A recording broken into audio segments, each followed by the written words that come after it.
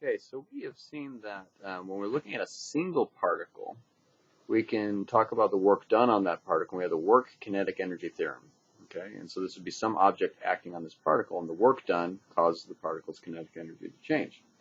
But if we choose to include that acting object in our system, therefore it's not outside, it's not external, so there's no work done, but the interaction becomes a potential energy. So we're able to look at that. And so we can say, okay, well, potential energy is converted into kinetic energy. All right, now with that being said, if we relate these two equations, we could say that, all right, let's subtract this to the other side. We have delta U, negative delta U equals delta K, which means we can write that work external, or work, sorry, I'm going to put internal now because we've considered it to be internal to the system. Any internal works could be, are related to the potential energy, in fact, the negative of the potential energy. Okay? Well, this can be very useful in looking at energies of systems and then thinking about, well, what would happen, what would be the forces applied based on that, or vice versa. And so remembering what work is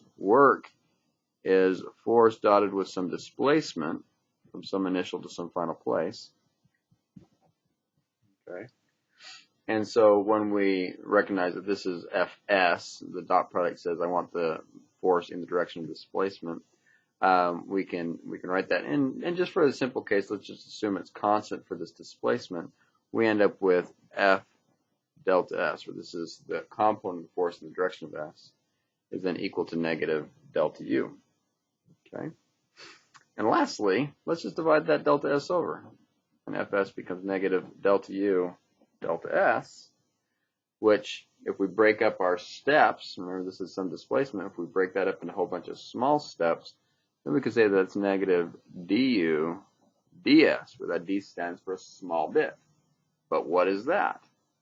Well, that is just a slope. That's a slope on a potential energy versus position graph. And having seen potential energy diagrams where we plot potential energies versus their position dependence, now we have a way of interpreting forces on those. So if I have some graph here that's energy versus position, and then I have some potential energy curve like that. Sorry, kind of a weird one, but here's my potential energy that's a function of this position. I can now look at it and say, here is a particle, or the particle is at this location, therefore it has that potential energy. Well, if I just put the particle there without any kinetic energy, where would it go? Another way of asking that is, what's the force acting on it? Because it would speed up in the direction of the force, or accelerate in the direction of the force. And so, well, the slope here is negative, so the slope is negative, and that means the force is positive, or in other words, the force is in the positive S direction. Okay, and so the force would then be, I forgot my R, force, the force is positive. And so over here, the slope is positive, and the force is negative.